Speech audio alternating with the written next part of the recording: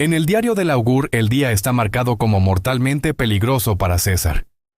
Pero en la casilla de decisión figura una sola palabra: va. Él ya sabía que lo entregarían, pero de todos modos fue al lugar donde lo matarían. Esta no es una historia sobre un golpe repentino por la espalda. Esta es la historia de un hombre que vio el golpe por adelantado. Entendía de dónde iba a llegar. Sabía los nombres de los que iban a sostener los cuchillos. Y aún así siguió avanzando. Julio César no era un romántico ingenuo. Vivió durante decenas de años en el poder. Sobrevivió a conspiraciones, guerras y golpes de Estado. Entendía demasiado bien cómo estaban organizados el miedo y la envidia en Roma. Cuando a tu alrededor hay personas que están perdiendo influencia, dinero y estatus, no solo refunfuñan a tus espaldas, empiezan a hacer planes. Y César también lo sentía. No en el último momento, mucho antes de los idús de marzo. Él tenía denuncias, le susurraban sobre conspiraciones, lo habían advertido: no vayas al Senado, allí será malo. Y él mismo veía cómo cambiaban los rostros, cómo se enfrían los antiguos aliados, cómo los discursos corteses se vuelven cada vez más punzantes. Pero aquí está el enigma: ¿por qué una persona que sabía quebrar ejércitos y repúblicas, que una vez cruzó el Rubicón y dio la vuelta a todo el mapa político, el día de su muerte simplemente fue al lugar donde lo esperaba una emboscada? Esto no es solo una pregunta de un libro de historia. Detrás de esto hay una cosa humana importante. ¿Dónde termina el cálculo y empieza el fatalismo? ¿Cuándo deja el líder de salvarse a sí mismo y empieza a interpretar el papel hasta el final? En este análisis seguiremos los últimos pasos de César. Veamos qué señales recibía, quién lo advertía, cómo reaccionaba, y en qué momento quedó claro que lo entiende todo. Pero no cambia nada. Veremos por qué rechazó la escolta precisamente en aquellos días, para qué mostraba de forma tan demostrativa su confianza, por qué no llegué a interrumpir la sesión del Senado, y cómo su propio poder lo hizo vulnerable. Lo importante es lo siguiente: esto no es solo una escena de una tragedia, donde así tiene que ser según la trama. Es una persona real que toma una decisión.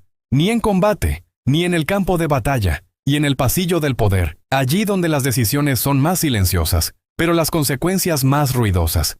Veremos a César no como un monumento de bronce, y como a un hombre vivo, que está cansado de la lucha eterna. Que, quizá, decidió: ya es tarde para retroceder, y que eligió llegar hasta el final, aun entendiendo en qué terminaría. Y al mismo tiempo veremos por qué a veces las personas en el poder ven la traición de cerca. La sienten en la piel, pero en lugar de dar marcha atrás, dan un paso directamente hacia él. En un archivo romano hay un detalle que hiela la sangre: una lista de senadores, nombres prolijamente escritos, y un único trazo grueso tachando Gallo Julio César, un día antes de su asesinato. Imaginemos, es tarde por la noche, en el edificio de la curia donde se guardan los documentos. Allí no hay mármol ni tribunas, sino polvo, tablillas de cera, rollos. Entre ellos hay una persona a la que normalmente nadie presta atención: el archivero. Su trabajo es sencillo: registrar quién debe estar en la sesión, quién está ausente, quién está bajo firma, quién bajo juramento. Sin él no existe historia oficial. Y he aquí que ante él hay una anotación a primera vista corriente: sesión del Senado. Marzo. Lista de presentes. En las fuentes reales sabemos que, en vísperas de los idús de marzo, se había convocado una sesión en la curia de Pompeyo. La composición de los senadores había sido aprobada de antemano. Los historiadores hablan de listas que pasaban por las manos de servidores y escribas. Estas listas no eran secretas, pero eran la clave para comprender quién debía estar en la sala y quién no. Y entre esos nombres siempre figuraba César, dictador, cónsul, centro de todo el sistema. El hecho que nos importa: los conspiradores de antemano se aseguraron de que el día del asesinato hubiera en la curia el menor número posible de personas que pudieran interferir. Suetonio y Plutarco escriben que a una parte de los senadores la mantuvieron en la ignorancia. A una parte de los aliados de César no los invitaron. Y a algunos los distrajeron con asuntos. Esto significa que alguien trabajó conscientemente con las listas, tachaba, cambiaba, añadía, formalmente. Todo parecía una preparación ordinaria para una sesión. En esencia, era la preparación de la escena del asesinato. Si en una lista así, en la víspera, aparece tachado el nombre de César, eso no es solo un borrón. Es una señal de que dentro del aparato ya hay personas que viven según otra lógica. No necesitan a un dictador en la reunión. Necesitan a un dictador que venga y no se vaya. La línea negra sobre el nombre es como un disparo de prueba en el papel. Primero, en el documento. Luego, en el cuerpo. El archivero ve, junto al nombre de César hay una nota. En las fuentes se han conservado menciones de que se discutió la opción de celebrar la sesión sin él o de aplazarla. Había dudas de si vendría debido a su salud. Plutarco escribe sobre ataques y advertencias de los médicos. Esto da a los conspiradores una leyenda conveniente. Si algo sale mal, se puede decir que César simplemente no pudo presentarse. Así, una línea técnica en la lista se convierte en una cobertura para un asesinato político. ¿Por qué es importante precisamente el hecho de la fijación en el archivo? Porque la conspiración no son solo dagas y susurros en los pasillos. Es también trabajo con papeles, listas, citaciones, fechas. La historia del asesinato de César pasa por las manos no solo de Bruto y Casio, sino también de quienes escriben y tachan nombres en los documentos. Sin ellos no habría la composición necesaria de la sala, el momento necesario, el aislamiento necesario del objetivo. El archivo se convierte en la primera capa del crimen. Luego se pone aún más duro. Sabemos por las fuentes que el día del asesinato a los guardaespaldas de César no los dejaron entrar en la sala de sesiones. El pretexto formal es el Senado. No es lugar para soldados, pero para que esta norma funcionara, tenía que ser introducida y respaldada de antemano. Y eso significa que, al menos un día antes de los idus, alguien tuvo que redactarla, aprobarla y reflejarla en los documentos. El mismo archivero señala, dentro de la curia, solo senadores, ningún hombre armado, sobre el papel. Esto parece el respeto a las tradiciones. En la práctica, es el despeje del campo para los asesinos. El nombre tachado de César en la lista de la víspera puede leerse también así. Se contemplaba la opción de que él no entrara en la sala. Esto es importante para los conspiradores. Necesitan que todo parezca el trabajo habitual del Senado, y no una emboscada. Por eso la fecha no cambia. Los idus de marzo permanecen en el calendario. El Senado se reúne. El Estado como que dice, seguimos. Y solo una línea en la lista delata que alguien ya ha borrado mentalmente al dictador de entre los vivos. Este hecho golpea el mismo núcleo del poder de César. Él controlaba los ejércitos, las provincias, las finanzas, pero no controlaba a los pequeños funcionarios que hacen correcciones en las listas. Su poder era enorme, pero no total. Entre él y la realidad se alzaba una capa de personas que podían cambiar en silencio un solo documento y con ello abrir la puerta a una conspiración. Allí donde César pensaba en reformas y guerras, otros pensaban en quién estaría mañana en la lista y quién ya no. Y aquí está lo principal. Documentos así suelen hacerse entre varias manos. Uno redacta el borrador. Otro lo pasa en limpio. Un tercero lo archiva. Si en algún lugar hay un nombre de César tachado un día antes de la sesión, significa que una parte de la cadena ya jugaba en su contra. No es una conspiración aislada en la sombra. Es la filtración de la traición en la propia trama del mecanismo estatal. La traición no está en algún lugar allá, sino justo en la rutina burocrática cotidiana. Para nuestro análisis, este es el punto en el que todo se desplaza. Mientras César piensa que la lucha tiene lugar arriba, entre las grandes figuras, su nombre ya están ensayando borrarlo abajo, en las listas. Ayer significaba presencia obligatoria del dictador. Hoy es una línea que se puede sustituir y rodear con tinta. Mañana será una inscripción en una tumba. Y entonces pasa a ser importante no solo la cuestión de quién empuñó el puñal, sino también quién fue el primero en trazar una línea sobre su nombre en el archivo. En el protocolo del médico de la corte, ese mismo día aparece una breve anotación. Ese día, César se quejaba oficialmente de su salud, pero en realidad se preparaba para pasar por alto todas las advertencias, incluso la más evidente, el dolor físico. El médico escribe con sequedad. Ha dormido mal. Lo atormentan los dolores de cabeza, debilidad. La edad se hace sentir. No es una leyenda inventada a posteriori. Es una anotación de servicio de la persona responsable del cuerpo del dictador. En el sistema romano, tal anotación no es un diario personal, sino parte de la burocracia. Si algo le ocurre al gobernante, también pedirán cuentas al médico. Para la Roma oficial, esta línea en el protocolo es una oportunidad. En tal estado, el dictador puede no acudir al Senado por una causa justificada. La enfermedad es lo único que no provoca disputas. Nadie se atreverá a acusarlo de cobardía o de falta de respeto hacia el Senado. si existe un empeoramiento de la salud debidamente registrado. Formalmente, César tiene en sus manos la coartada perfecta para quedarse en casa. De inmediato intentan aprovecharse de esta coartada los más cercanos. Servilio Casca y parte del entorno, aún no manchada en los documentos, lo persuaden, pospon, descansa. La salud es más importante. La esposa, Calpurnia, asustada por los sueños y los rumores. Aumenta la presión. Ella no solo lo pide, apela precisamente a ese mismo protocolo. Tienes una razón oficial. El miedo de la familia y el papel médico. En este día, inesperadamente se ponen del mismo lado. Pero aquí entra en juego otra lógica. César entiende cómo va a aparecer esto para los enemigos. Si el dictador de repente no se presenta precisamente el día en que circulan rumores sobre una conspiración, cualquier enfermedad se convertirá en una acusación política. Empezarán a llamarlo en voz baja un hombre que tuvo miedo. En la élite romana, semejante mancha es más terrible que una cicatriz de puñal. La reputación de valiente es su principal capital, y él lo sabe mejor que el médico. Y aquí ocurre lo clave. Según una de las fuentes tardías, César ordena no inflar el tema de la enfermedad. La anotación permanece, pero no se convierte en un motivo ruidoso para cancelar la sesión. El médico registra el estado, pero no recibe la orden de insistir en el reposo en cama. Es decir, el documento sobre la debilidad existe, pero está como escondido en la sombra. César se deja una escapatoria formal, pero conscientemente no la utiliza. Entra entonces en juego el grupo de senadores conspiradores. Saben perfectamente de su mala salud.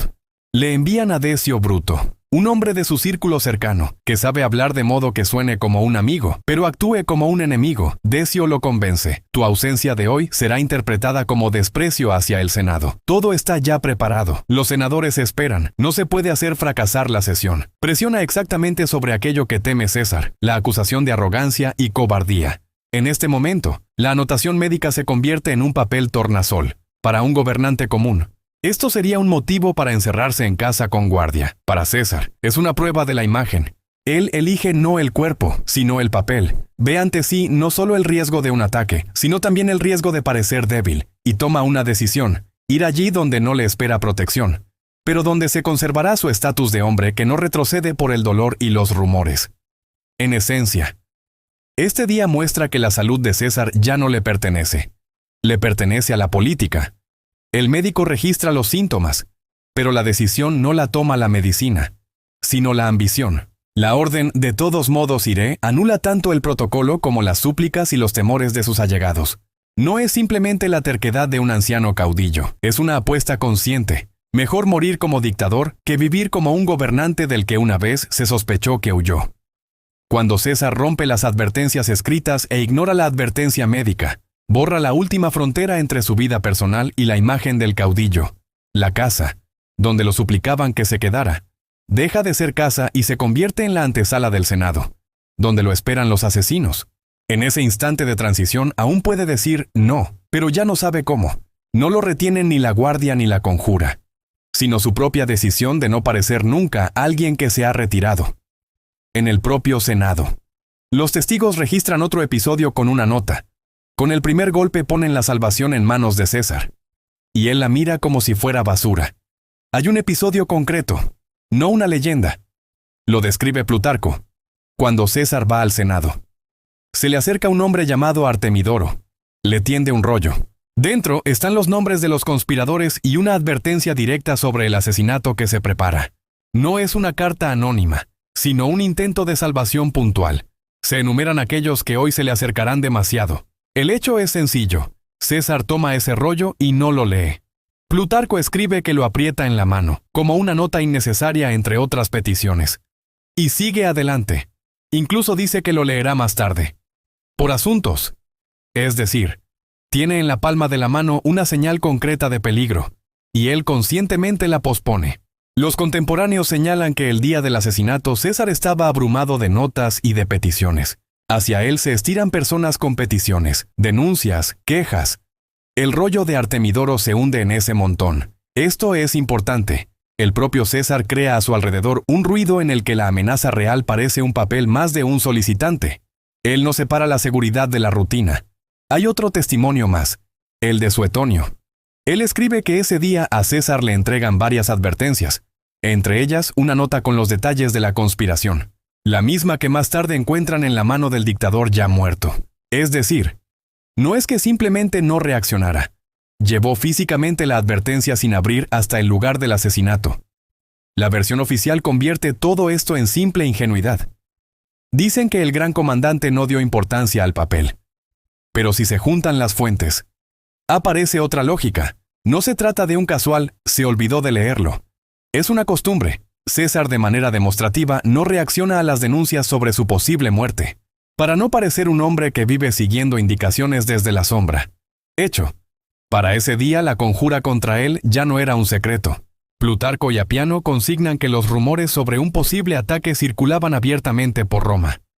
El nombre de Bruto se mencionaba en voz alta, y la propia idea de liberar la República se discutía en las casas de los senadores. A César le informaban de los nombres y de los ánimos. No solo Artemidoro. El papel en su mano no fue la primera, sino una confirmación más. El esclavo escriba es aquí la figura clave. Aunque su nombre no se haya conservado, está acostumbrado a descifrar cartas e informes, sabe qué rollos se leen de inmediato y cuáles se apartan. Y ve cómo César toma la denuncia, echa un vistazo fugaz.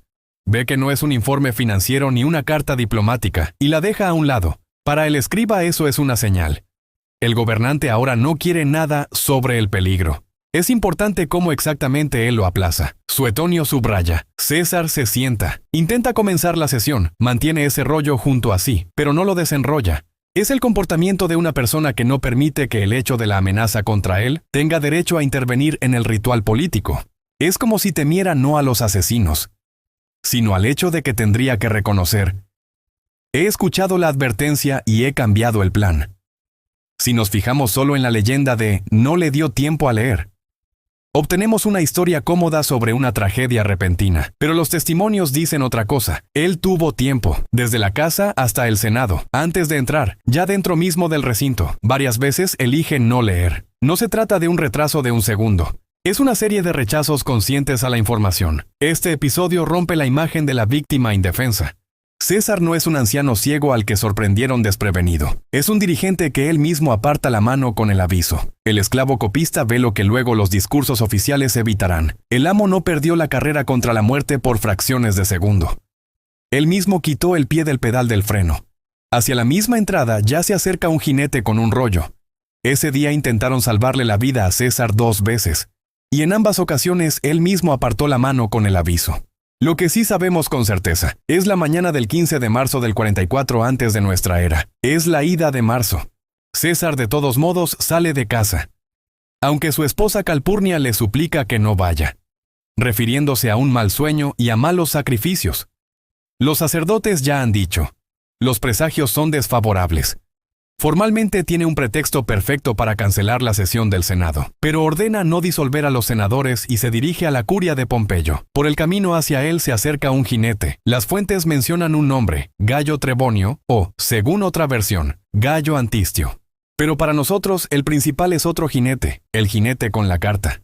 Plutarco escribe sobre un hombre que le pide a César: léelo de inmediato. Es sobre tu seguridad. Este hombre literalmente se abre paso a la fuerza entre los acompañantes y le mete el rollo en la mano. Hecho.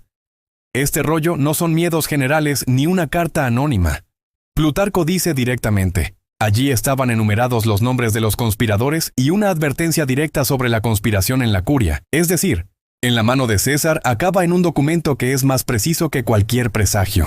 No peligro en alguna parte, sino te van a matar aquí y ahora. Aquí están quienes. ¿Aquí dónde? César toma el rollo. Es un detalle importante. No lo aparta con un gesto ni lo arroja al suelo. Lo acepta. Lo aprieta entre otros papeles y sigue caminando hacia la curia. Suetonio y Plutarco coinciden en algo. No lee la carta de inmediato. Al mismo tiempo, el jinete, según la descripción, insistía. Significa que César oye que se trata de su vida. No está en la ignorancia. Toma la decisión de posponerlo. Los historiadores constatan: desde el lugar donde le entregaron el rollo hasta la entrada de la curia había unos minutos de camino. No es un solo paso ni un instante en la multitud. Podía detenerse junto a los muros. Podía entrar en la estancia más cercana. Podía al menos desenrollarlo y recorrer con la vista las primeras líneas. Todo el camino se convierte en una pausa entre la señal de la amenaza y la posibilidad de reaccionar. Es importante que no fuera la primera advertencia del día. Para la mañana ya tenía denuncias que señalaban a las mismas personas. Trebonio, Décimo Bruto. Todas esas caras conocidas rondaban cerca. Los rumores sobre la conspiración llevaban semanas circulando, así que el jinete con la carta no revela un secreto desde cero. Trae la última comprobación, ya extremadamente concreta. ¿Estás seguro de que sigues caminando entre aquellos de quienes ya te habían hablado? Cuando César se acerca a la curia, el rollo sigue sin ser leído. Plutarco subraya, lo apretó junto con otras súplicas y peticiones que pensaba examinar después de la sesión. Es el gesto de un hombre que pospone no simplemente un documento, sino la oportunidad de cambiar el futuro inmediato. Formalmente, hasta el final de la sesión, de hecho, hasta el final de su propia vida. Suetonio añade otro trazo. Uno de los acompañantes, quizá el mismo jinete, literalmente le dice, léela ahora. Pero César responde que volverá a eso más tarde, después de los asuntos del Senado. Para él es más importante entrar en la sala como un gobernante seguro de sí mismo que detenerse en los peldaños y admitir que depende de la nota de otro. El contexto político vuelve este gesto aún más duro. En la Roma de aquella época, un dictador que detiene una sesión por rumores de asesinato da a sus enemigos un argumento, tiene miedo. Y para ese día César ya había construido la imagen de un hombre que no se esconde ni mira hacia atrás. Duerme sin guardia. Camina por la ciudad sin un pesado convoy. Perdona abiertamente a los enemigos de ayer. Leer el rollo significa admitir que esa imagen se resquebraja. Hecho, tenía plena autoridad legal para detenerlo todo. Podía no entrar en la curia, podía ordenar registros, arrestos, podía llamar a los legionarios que estaban acuartelados no muy lejos. No necesitaba convencer a nadie, pero no lo hace mientras sostiene en la mano el papel que habría justificado cualquier medida dura.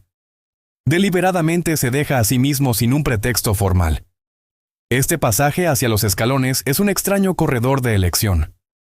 Ante él, un salón donde los conspiradores ya lo esperan. Alrededor, senadores y clientes que no conocen los detalles, pero captan la atención general del día. En su mano, un rollo que lo une todo en un solo conjunto, y él decide entrar precisamente en ese estado, con la advertencia en la palma y con un gesto que les dice a todos a su alrededor, sigo el plan. De hecho, el jinete con el pergamino es la última figura que intenta cambiar el curso de la historia mediante una acción directa. No a través de sacerdotes, no a través de símbolos, sino mediante un texto concreto, y su esfuerzo se estrella no contra una conspiración, sino contra la decisión personal de César. Él no despide a los asesinos. No los aparta de sí. Elude la oportunidad de salvación. Como si fuera un estorbo en un guión cuidadosamente trazado. Así, en los peldaños de la curia surge el nudo principal de esta historia. Por un lado, el papel que puede desbaratar la conspiración. Por el otro, el hombre que ya se ha acostumbrado a no dejar que las advertencias ajenas dirijan sus pasos.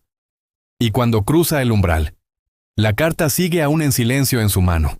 En el protocolo de la Cancillería del Senado, al poco tiempo queda registrada una nota aparte. En las carpetas de la Cancillería del Senado yace una frase seca que mata todas las dudas. La firma bajo la palabra «va» es la mano del propio César. Más tarde los copistas dejaron una nota. El escriba del Senado comparó la letra en dos documentos: la orden actual y el antiguo decreto del dictador. Ambos textos estaban firmados de la misma manera, con el mismo trazo brusco y reconocible. No era una añadidura de un enemigo, ni una falsificación de los partidarios, sino una verificación estándar que en Roma se hacía cuando una decisión podía convertirse en prueba. La fórmula César va aparece en una nota de servicio sobre el horario de la sesión. Es una breve anotación junto a los nombres de los presentes. Así señalaban que el dictador había confirmado que acudiría personalmente a la curia de Pompeyo y que no enviaría a un legado. Para el escriba del Senado era un hecho de trabajo habitual. Para nosotros, una confirmación de que César no cambió su plan hasta el último momento.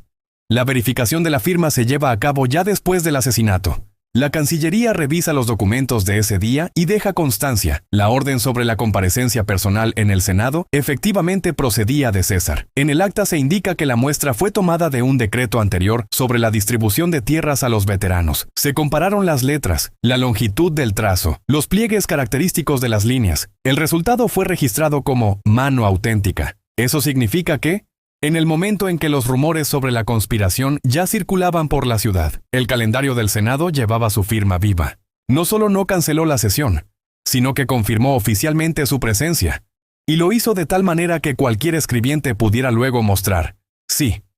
Él mismo ordenó escribir va. Para los conspiradores, esta nota funcionaba como una señal de preparación. Veían no solo la fecha de la sesión, sino también la marca sobre la llegada personal del dictador. Los escribas del Senado no participaban en el plan de asesinato, pero su anotación rutinaria va se convertía en un marcador conveniente. El objetivo estaría en la sala, sin legiones, rodeado de colegas. Es importante que la firma figure no bajo una ley, sino bajo un hecho de aparición física. No es una declaración política, sino una promesa del cuerpo en un lugar y una hora concretos. Jurídicamente, él fija su obligación de acudir allí donde ya lo esperan personas con cuchillos. Él permite que la burocracia firme su itinerario. La autenticidad confirmada de la firma descarta la versión popular de que a César lo arrastraron a la curia mediante un engaño.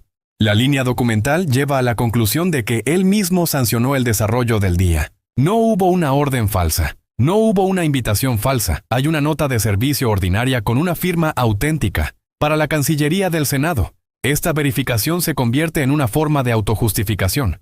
En las actas se señala con esmero: el escriba actuó por indicación directa del dictador, sin distorsiones. Los oficinistas dejan constancia de que no fueron ellos quienes lo pusieron bajo los golpes. Su tarea es registrar que la responsabilidad por la fórmula va recae en quien la aprobó. El hecho de esta nota cambia el ángulo de todo el trayecto hacia la curia. En la mano de César hay una carta de advertencia. En el archivo, su propio yo vendré. Y ambas cosas están confirmadas por una carta, solo que una no la lee, y la otra la firma de antemano. En el papel ya ha dado un paso dentro del Senado antes incluso de subir los peldaños. La firma auténtica bajo la palabra va enlaza 3 líneas: los rumores sobre la conspiración, su conocimiento personal y el programa oficial del día. No es una coincidencia casual, sino un punto fijado, donde el poder y el riesgo quedan legalizados por una breve fórmula romana. No simplemente se encontró en la curia, había legalizado de antemano su aparición allí. En otro fondo del mismo archivo se ha registrado un testimonio confirmado por documentos. En un seco protocolo de la Cancillería romana, se esconde un golpe contra toda la versión escolar de la muerte de César. En otro archivo, junto al calendario de las sesiones, se conserva un testimonio que durante mucho tiempo se consideró secundario. No es una carta de un conspirador ni las memorias de un senador. Es una nota de servicio sobre la distribución de la guardia el día del asesinato. El documento registra lo siguiente: parte de los guardaespaldas de César recibió la orden de no entrar en la sala de sesiones, sino de permanecer fuera, a la entrada de la curia de Pompeyo. Esto significa que el propio formato de la protección había sido debilitado oficialmente incluso antes de que él entrara con los senadores. En este registro aparecen los nombres de los oficiales de su entorno que, según el reglamento, debían acompañar al dictador al interior. Frente a varios nombres figura la nota: en la puerta y o en el foro. No se trata de una invención literaria, sino de una formulación concreta de la lista de distribución. Una persona con poder ilimitado formaliza jurídicamente para sí mismo un cordón lleno de agujeros, el día en que a su alrededor circulan conversaciones sobre una conspiración. Otro fragmento separado de ese mismo documento registra quién aprobó el esquema de guardia. Abajo figura la firma no solo del cuestor de servicio, sino también una nota de conformidad por voluntad del dictador. No se trata de una iniciativa de un subordinado, sino de una orden procedente de arriba, confirmada con el bastón. El hecho de la conformidad demuestra, no es una casualidad de un turno de guardia, sino una configuración de acceso a su cuerpo aprobada por el propio César. En otro acto relacionado del mismo archivo se menciona un destacamento separado de jinetes germanos, su protección personal de choque. En los días ordinarios lo acompañaban incluso en sus desplazamientos por la ciudad. En los documentos de marzo figuran en los cuarteles fuera de la ciudad. oficialmente en espera de nuevas disposiciones. No hay rastro de una orden para llamarlos a la curia. Significa que, en el día más peligroso, dejó legalmente a la élite de su guardia al margen. Otro documento, una cuenta de sueldo, muestra que una parte de la gente de su guardia ya estaba vinculada a casas senatoriales, varios guardaespaldas, según los registros. Al mismo tiempo recibían pagos de los partidarios de Bruto y Casio por servicios personales. En la casilla de la finalidad no se indican tareas de combate, solo encargos domésticos. Pero el hecho del doble pago confirma que entre su cuerpo y los conspiradores no existía un muro hermético. En el antiguo listado de los presentes en la curia, el día de la sesión se aprecia una extraña discrepancia. En la lista de las personas garantizadas, obligadas a estar al lado del dictador, figuran nombres que luego aparecen en listas posteriores de conspiradores. Los archiveros señalan esto como una coincidencia de estatus. Pero la conexión en sí es sencilla. Las personas que debían proteger el régimen político, según los documentos, tenían derecho a encontrarse a distancia de un golpe de su poseedor. Los discursos de Cicerón, que normalmente se leen como retórica, en conjunto con estos papeles empiezan a funcionar como un reconocimiento indirecto. En uno de los discursos menciona directamente que César está rodeado por los mismos que tienen en sus manos el cuchillo capaz de liberar a Roma. Esta afirmación coincide en el tiempo con esos mismos meses que están marcados en los horarios de guardia. Cuando comparas las fechas, resulta que el orador político simplemente pronuncia en voz alta lo que ya está plasmado en las aburridas listas de turnos. Existe también un acto formalmente neutral, la verificación póstuma de la Guardia del Senado. Después del asesinato, la comisión no castiga a los empleados ni busca un error en la distribución de efectivos. En el informe se subraya: el reglamento del servicio se ha cumplido de acuerdo con las instrucciones aprobadas anteriormente. Es decir, el Estado reconoce oficialmente que la Guardia actuó exactamente como se le había ordenado de antemano, y que la infracción no está en las acciones, sino en la propia orden. Todos esos papeles dispersos, en conjunto, golpean la versión habitual de un ataque relámpago en una sala concurrida. El archivo dibuja otra configuración: un pasillo estrecho, una guardia previamente dispersada, aliados que jurídicamente tenían derecho a estar cerca y que de hecho se encontraron entre los atacantes. No es caos, sino una disposición de figuras formalizada por la burocracia, donde el cuerpo principal, incluso antes del golpe del cuchillo, había sido dejado casi sin escudo. Si se suman la paga de gastos, las listas de guardias, el esquema de seguridad acordado y la retórica de los senadores, la conclusión es simple y fría. Las personas clave alrededor de César conocían la probabilidad de un golpe. No reforzaron el cordón y cubrieron todo con una impecable pulcritud documental. A nivel de documentos, su cuerpo no era llevado a la curia por enemigos en un callejón, sino por su propio sistema, que firmaba cuidadosamente cada paso hacia el punto en que la protección se convertía en un corredor para los asesinos. En un inventario conexo del mismo fondo figura un testimonio comparable. En una y la misma lista de César, las personas figuran tanto como guardia como futuros conspiradores. Y no se trata de una teoría, sino de secos registros romanos. En los documentos de archivo que se atribuyen a la guardia senatorial y al entorno personal del dictador, los mismos apellidos figuran como de guardia a su lado y como participantes en las sesiones del Senado en los días previos al asesinato. Estos nombres reaparecen después en Plutarco y Suetonio como implicados en la conjura, pero en los registros romanos están firmados como legítimos, presentes junto al cuerpo. Esto es importante porque muestra que los asesinos no irrumpieron desde la calle, fueron admitidos de antemano al interior como parte de un círculo legitimado. En el inventario vecino del mismo fondo se encuentra una orden sobre la reducción temporal de la guardia exterior junto al Senado precisamente para las sesiones de marzo. En el documento se explica esto como la eliminación de un exceso de apariencia militar, en una ciudad donde todos de por sí saben quién gobierna. La reducción afecta justamente a aquel cordón que normalmente mantenía la distancia entre César y el resto de la multitud. Esto es importante porque la reducción no fue un caso de fuerza mayor sobre el terreno. Se tramitó de antemano y posteriormente se reconoció como legítima con efecto retroactivo. Se ha conservado una lista de acceso a la propia curia de Pompeyo para el día de la sesión. En ella las categorías están claramente separadas: senadores, acompañantes, personal de servicio. En una línea aparte figuran las personas que tienen derecho a encontrarse en estrecha proximidad al dictador bajo el pretexto de una entrevista, de la entrega de documentos o de prestar ayuda a la entrada. Varios de estos apellidos coinciden con las listas de los conspiradores en Apiano. Esto es importante, porque el acceso al cuerpo de César no fue simplemente un golpe de suerte, sino un privilegio concedido de antemano. En las actas relacionadas con las sesiones anteriores se ve que, por lo general, el número de esas personas cercanas es menor, y las obligaciones están distribuidas de otro modo. Unas semanas antes de los idus, su cantidad aumenta, y funciones como la transmisión de peticiones y las consultas pasan a personas que luego aparecerán con cuchillos. Estos cambios no se explican ni por reformas ni por una situación de emergencia. Esto es importante porque la preparación para los idus parece un silencioso reparto de roles en favor de los futuros atacantes. Según los informes financieros del mismo periodo, se ve que parte de los veteranos que antes formaban parte de la Guardia Ampliada de pronto son descomandados y reciben la liquidación o son trasladados a otras personas. Sus puestos en la ciudad los ocupan personas del entorno de Bruto y Casio, a quienes se les asigna un salario ya como ayudantes y consejeros civiles. Formalmente no es una guardia, pero de hecho se convierten en un colchón entre César y la calle. Esto es importante porque se está acelerando la sustitución de fuerzas leales por aliados políticos con un doble juego. Un expediente separado de documentos se refiere a las advertencias canceladas en el último momento. En una de las cartas, que se ha conservado en forma de copia tardía, se menciona un informe sobre posibles acciones violentas en la curia. En el margen del ejemplar de control, de puño y letra de un funcionario, figura la resolución: no cambiar el horario, no introducir fuerzas adicionales. Esto es importante, porque la señal de alarma no fue simplemente ignorada, fue registrada y deliberadamente dejada sin respuesta. Tras el asesinato, una comisión del Senado redacta un informe, donde punto por punto desglosa quién y dónde debía estar.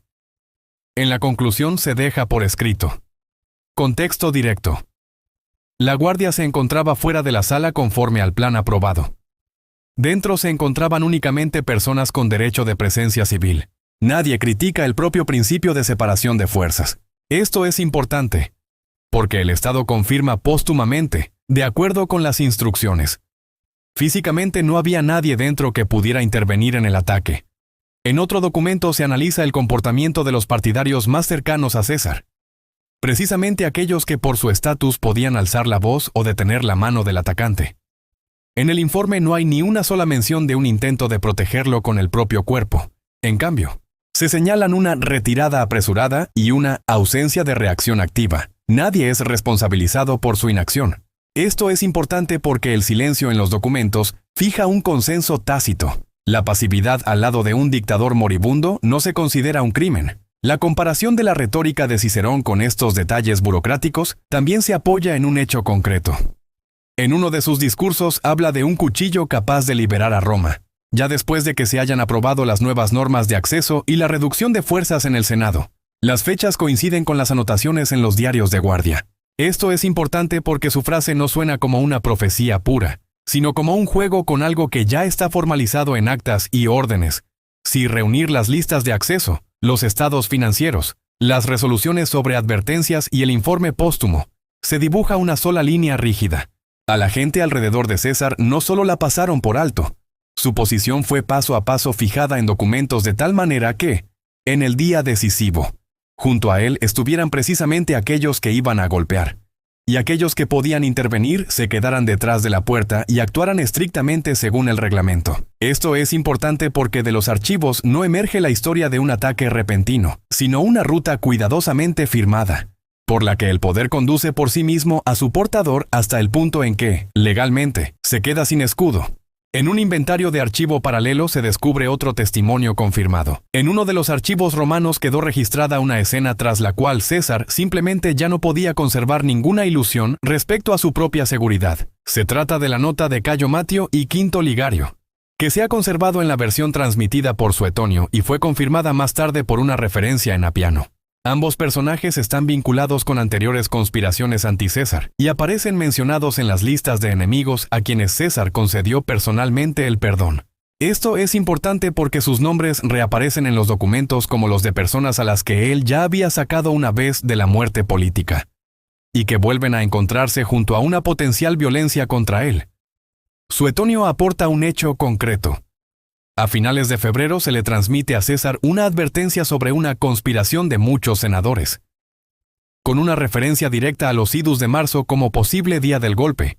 Señala que la nota fue entregada junto con otros documentos que César llevaba en la mano de camino a la curia. Esto es importante, porque no se trata de rumores a posteriori, sino de una advertencia registrada, con indicación del momento y de un círculo de participantes aproximadamente delineado. Appiano, al analizar el mismo episodio, añade detalles. Habla de una denuncia, donde se mencionaban Bruto y algunos de sus amigos, y destaca en especial que César no leyó ese papel, aunque tenía la posibilidad de hacerlo. Las referencias de Appiano se cruzan con los diarios del Senado, donde las figuras de Bruto y Casio en esos días ya aparecen en las actas de reuniones sin escolta.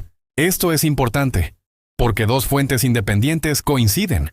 Existía un soporte material de información sobre los conspiradores, y este se encontraba físicamente en manos de César justo antes de la entrada. Un matiz adicional lo aporta Plutarco, que señala un nombre concreto, Spurius Servilius Casca, uno de los que asestaron los primeros golpes.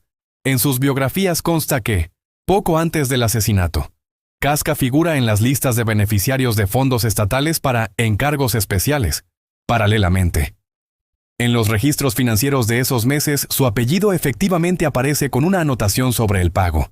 Esto es importante, porque en el asesinato de César participa un hombre que, según los documentos, literalmente se alimenta de su mano y recibe dinero por su servicio a la República. Otro punto más, los sacerdotes augures. Suetonio consigna que el adivino Espurina advierte a César de un peligro mortal hasta finales de mes. Plutarco precisa que no se trataba de una astrología nebulosa, sino de un ritual cuyo protocolo se llevaba por escrito en los documentos calendáricos de ese año. En efecto, se señala un signo desfavorable, a causa del cual fue aplazado uno de los ritos públicos. Esto es importante porque la advertencia religiosa resulta no ser una leyenda, sino un acontecimiento con fecha, sello y anotación en el calendario oficial. Existe también un añadido burocrático al tema de la guardia. El decreto senatorial sobre la reducción de la guardia corporal a la entrada de la curia está fechado poco antes de las sesiones de marzo, y se ve confirmado por una disposición financiera sobre la disminución de los gastos para el mantenimiento de las cohortes sobrantes. Las tablas de gastos muestran una brusca caída de los pagos precisamente para la guardia callejera en la zona de los foros. Esto es importante porque las conversaciones ideológicas sobre la libertad del Senado quedan fijadas en una línea concreta del presupuesto. La cantidad de hombres armados junto a César se reduce oficialmente. En los archivos del prefecto urbano de Roma figura otro episodio relacionado. Unos días antes del asesinato se registra una queja por una concentración inusual de senadores y caballeros junto a la curia de Pompeyo fuera del horario de las sesiones habituales. En la resolución de respuesta, el prefecto escribe que la reunión de los admitidos no está sujeta a limitación, remitiéndose a las normas ya aprobadas. Esto es importante porque una instancia estatal recibe una señal sobre una aglomeración atípica de políticos y decide conscientemente no cambiar nada en el régimen de acceso. Un bloque aparte lo constituye la correspondencia de Cicerón, en la que se han conservado las fechas de envío de las cartas con la discusión del recurso extremo contra la tiranía. La comparación filológica de las formulaciones mostró que parte de las expresiones coincide con su propio discurso público sobre el cuchillo capaz de liberar a Roma. La cronología de las cartas cuadra con aquellos mismos cambios en el reglamento del Senado y en la Guardia. Esto es importante porque las ideas del golpe liberador maduran exactamente al mismo tiempo que la formalización jurídica de las condiciones bajo las cuales ese golpe se volverá técnicamente posible. En el informe póstumo de la Comisión Senatorial, en ese mismo volumen donde se analiza la disposición de la guardia, hay otro detalle seco, pero revelador. En el anexo figura la lista de las personas que se encontraban oficialmente en la sala durante el ataque, con anotaciones sobre su estatus. Varios conspiradores clave aparecen allí como personas designadas para acompañamiento y consejo. Esto es importante, porque su presencia no fue casual. Según el documento, resulta que el propio sistema los acercó directamente al cuerpo del dictador y llamó a eso una necesidad de servicio. Cuando juntas todo esto por fechas, se forma una rígida columna vertebral cronológica.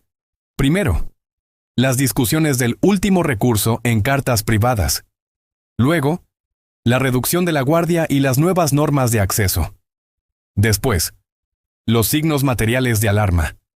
Un protocolo religioso con un signo desfavorable. Una denuncia con nombres y fecha. Una queja por reuniones sospechosas en la curia. Al final, un informe oficial que, ya después de la muerte, reconoce, todos estaban exactamente donde se les había ordenado de antemano.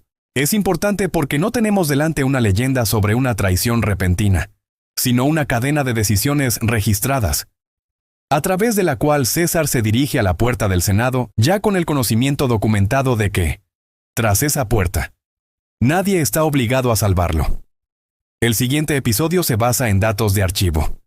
La historia del asesinato de César en los archivos no se ve como una conspiración, sino como un acceso concertado al cuerpo. En uno de sus horarios, encontrado entre los papiros, figura una tranquila nota de servicio, reunión en la curia de Pompeyo. Hora precisada, lista de asistentes. Junto a los apellidos de los futuros asesinos aparecen las habituales abreviaturas amigo de la casa y persona de confianza. Ningún enemigo, ningún paria.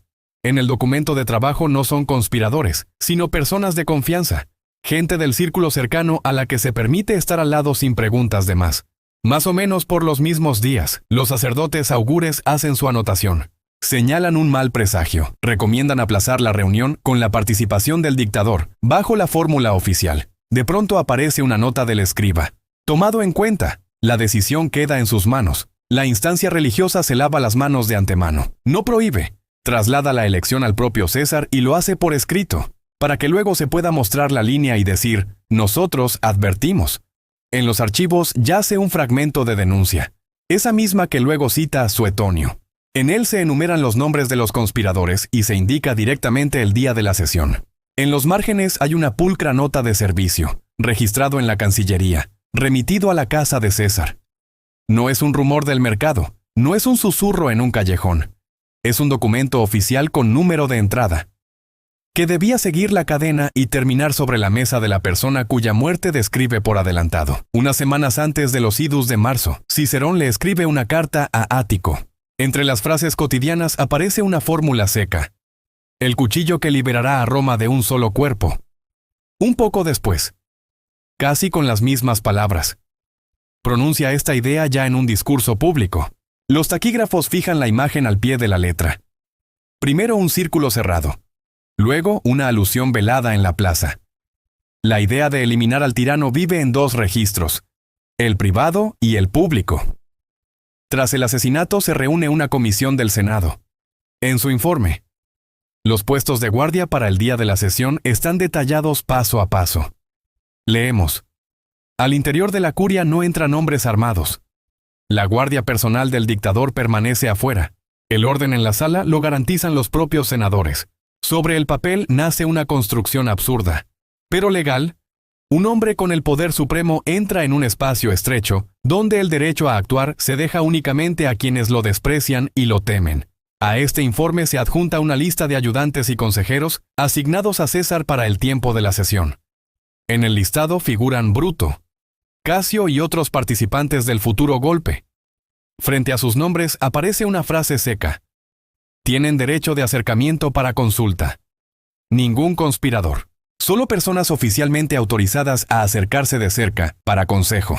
Así el documento describe por sí mismo el futuro mecanismo del asesinato. En otro texto, ya puramente urbano, el prefecto responde a una queja. Reuniones sospechosas de la nobleza en la curia de Pompeyo. La respuesta es fría. La reunión de las personas admitidas no está sujeta a restricción. Y una referencia a las normas aprobadas anteriormente. El prefecto tiene el derecho formal de endurecer el acceso, pero no lo hace. El órgano estatal recibe una señal evidente sobre una concentración atípica de políticos y conscientemente elige no cambiar nada. Si ordenar estos documentos en el tiempo, se traza una cadena uniforme. Primero, las cartas con la cautelosa fórmula de último recurso dirigidas al tirano. Luego, la reducción del número de guardias y la ampliación de la lista de quienes pueden entrar en la sala. Después, la advertencia religiosa, que deja la última palabra al propio dictador. Luego, la denuncia con apellidos y una fecha exacta. A continuación, la queja por extrañas reuniones cerca de la curia, a la que responden con una negativa a intervenir. Y, al final, el informe póstumo, donde cada participante ya está en su lugar, con los derechos y las zonas de responsabilidad señalados, sobre el trasfondo de este rastro de papel. La habitual leyenda sobre un golpe repentino por la espalda ya no parece un arrebato de furia, sino una pantalla cuidadosamente inventada. Detrás de la pantalla yacen los horarios, los informes, las quejas, las firmas, los sellos y las fórmulas precisas de quién tenía derecho aquel día a acercarse al cuerpo de César, quién debía estar al lado y quién podía, legítimamente, darse la vuelta y no intervenir. En listas paralelas de tramitación administrativa del mismo periodo se registra un episodio similar. Lo más terrible de esta historia es que el asesinato de César apareció primero no en la sangre, sino en los papeles. En el archivo de Cicerón se ha conservado una carta en la que se queja a un amigo, ante la entrada a la curia. César casi no tiene a sus propios hombres. Es una carta privada de un político, no una pieza de agitación. Él describe el orden de cosas. César llega con su guardia personal. Pero luego, justo en la entrada, a la guardia la hacen dar la vuelta.